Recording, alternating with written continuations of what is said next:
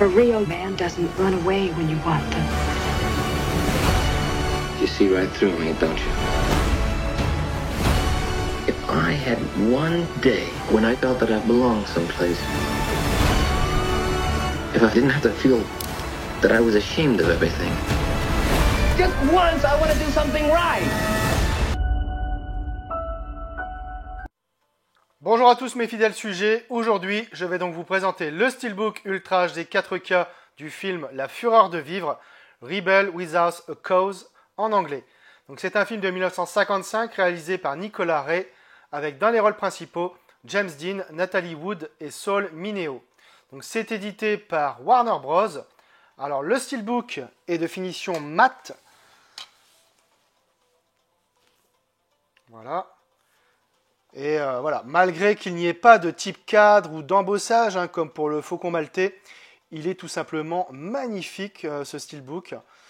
Sur ce recto, on a donc James Dean, le titre du film, ici Rebel Without a Cause, also starring Natalie Wood. Donc Natalie Wood qu'on retrouve donc au verso.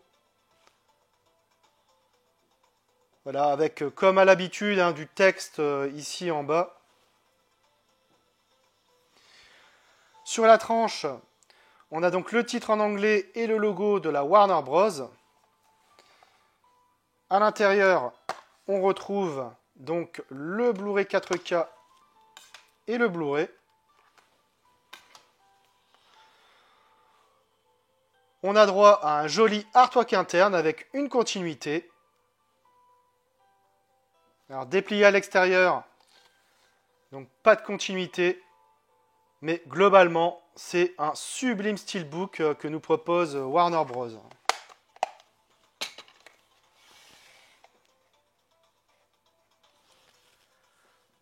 Alors, j'ai revu le film et côté image, c'est très bon.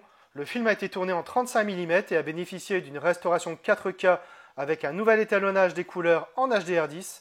Le niveau de définition et de détail est amélioré en comparaison de l'ancien Blu-ray. Toutes les imperfections de la pellicule ont été nettoyées. Le grain reste présent mais fin et stable. L'HDR10 apporte un étalonnage des couleurs des plus lumineux et convaincants. Les couleurs primaires comme le rouge sont bien intenses. On peut le constater par exemple sur le blouson de James Dean. Les noirs sont profonds. On récupère pas mal de détails dans les scènes sombres. La compression quant à elle est plus que solide également. Bref, Warner Bros. Nous offre une édition 4K quasi définitive et plus que respectable. Au niveau des pistes sonores, on retrouve du Dolby Atmos 7.1 pour la VO et du Dolby Digital Mono 1.0 pour la VF. Côté bonus, on retrouve un commentaire audio de Douglas L. Ratreb, auteur du making-of du film, La Fureur de Vivre des rebelles innocents, un documentaire souvenir de James Dean, Dennis Hopper, souvenir du studio Warner, des bouts d'essai, des essais de costumes, des scènes coupées et enfin la bande-annonce originale. Alors de quoi parle le film? Jim Stark est le petit nouveau au lycée, un jeune homme accablé de problèmes familiaux et brimé par ses camarades, mais qui n'aspire qu'à se faire une place parmi les camarades. Entraîné malgré lui dans un défi de vitesse face à Buzz, chef d'un groupe un peu rebelle, ce dernier y perdra la vie. Suite à ce drame, Jim est entraîné dans une spirale de violence.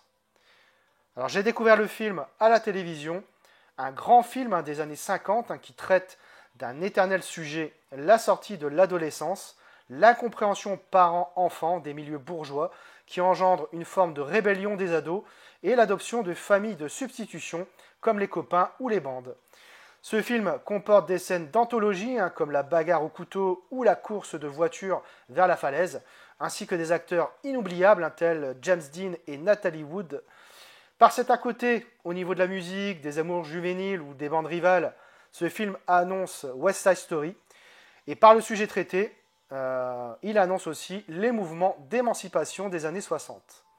Bref, La Fureur de Vivre reste un film mythique qui n'a rien perdu de sa veine incisive et qui porte toujours en lui le flambeau brûlant d'une jeunesse meurtrie.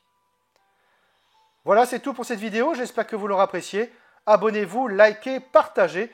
On se retrouve très bientôt pour une nouvelle vidéo.